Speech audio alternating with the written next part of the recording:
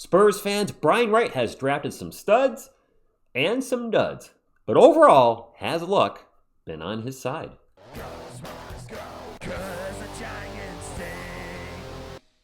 What is up, San Antonio Spurs fans? Welcome to TSR Sports. Hey, big win by our Spurs last night, absolutely crushing the 76ers.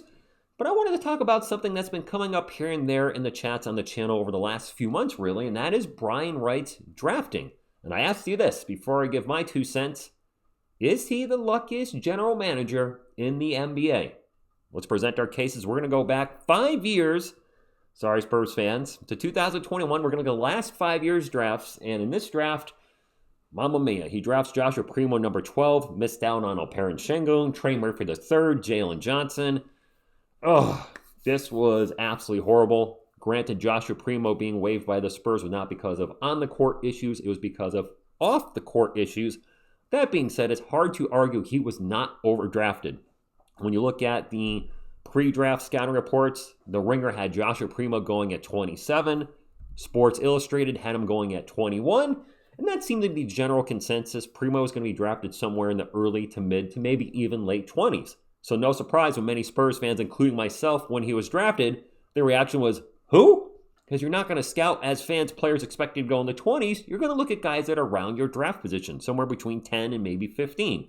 So this was a huge miss. Not to mention the fact, at that moment in time, the Spurs had a lot of guards on their team. DeJounte Murray, Derek White, Devin Vassell, Lonnie Walker, Trey Jones, and more. Granted, there's only one of those remaining, Devin Vassell. Still, this was just a total miss by Brian Wright. So how would he capitalize on that miss? Well, he would have not 1, not 2, but 3 first-round picks in 2022. And we start off with drafting Jeremy Sochan, 9th overall. Missed out on Jalen Williams, Jalen Duren. We just seem to miss out on Jalen's a lot recently. And of course, Jeremy was waived at the All-Star break, no longer a Spur. Some Spurs fans call him a bust. Some say he's not. So far, it looks like he's playing an even smaller role right now in New York. Look at his game log. 1 minute last night, 2 minutes the night before. He's literally losing playing time and almost in the same exact position he was in San Antonio with New York. Kind of feel bad for him. But wait, there's more because we had those 3 picks in 22. And who would he draft? Malachi Brown at number 20.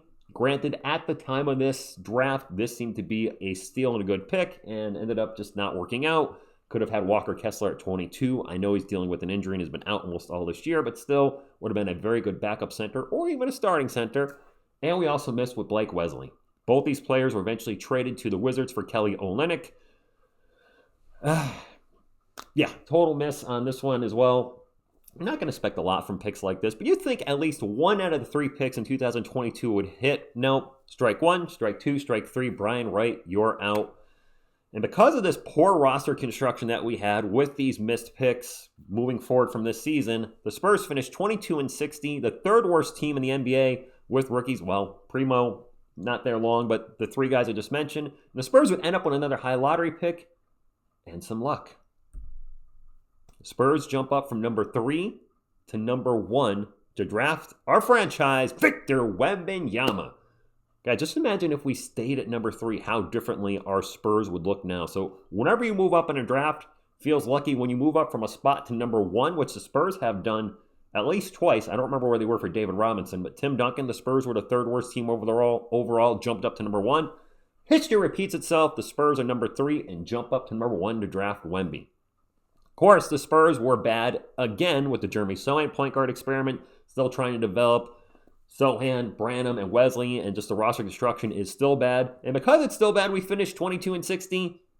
Again, this time Brian Wright and us, we get maybe just a little luck as we jump up from number 5 to number 4 to draft Stephon Castle.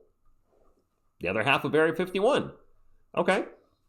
We've got our core pieces, Wemby, Castle, other young guys we're developing.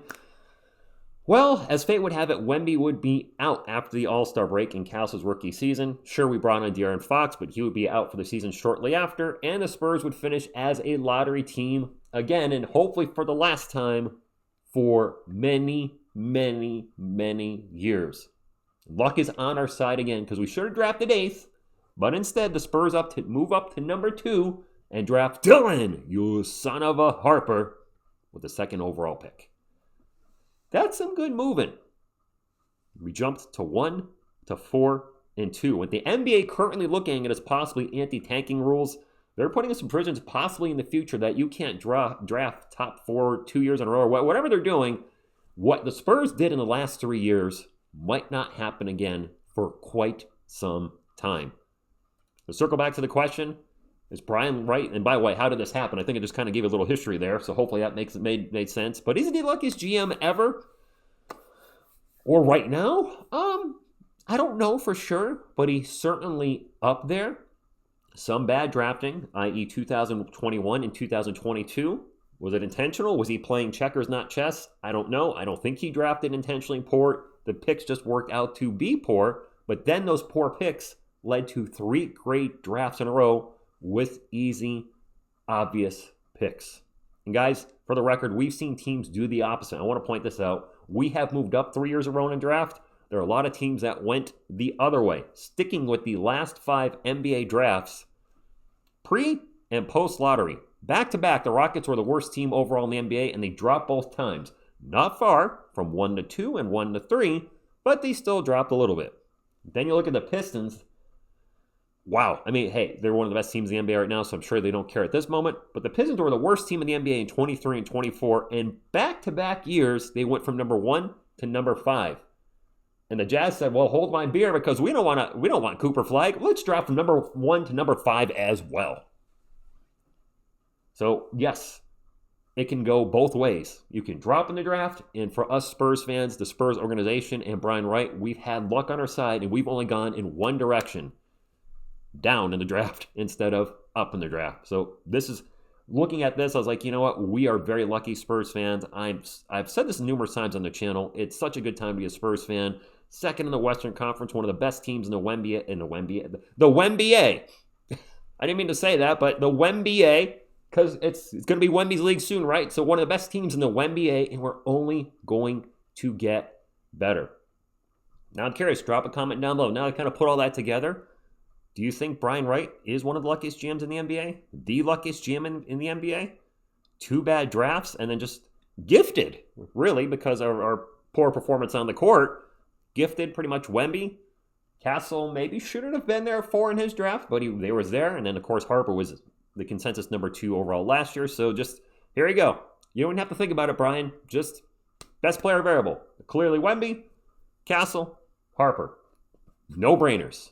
Let me know in the comments down below. Also in the comments, if you're still watching this point, I want to do content a little more like this moving forward on the channel. More original content where I take a look at, stuff like draft history or just, things not all over the public's eye right now, because when I turn on my YouTube, I get inundated with tons of videos just glazing the Spurs. Spurs are the best at just, from ESPN to independent content creators to everything in between. I'm like, I don't want to keep making the same content everybody else is making. I'd like to try to branch out and do things a little differently. Something like this. So let me know if you enjoyed kind of these more original videos, or would you, TSR just jump on board and just glaze the team. I don't know. Hit the thumbs up if you like how to support the channel, and subscribe to become part of our awesome Spurs community. I thank you, and as always, go Spurs go.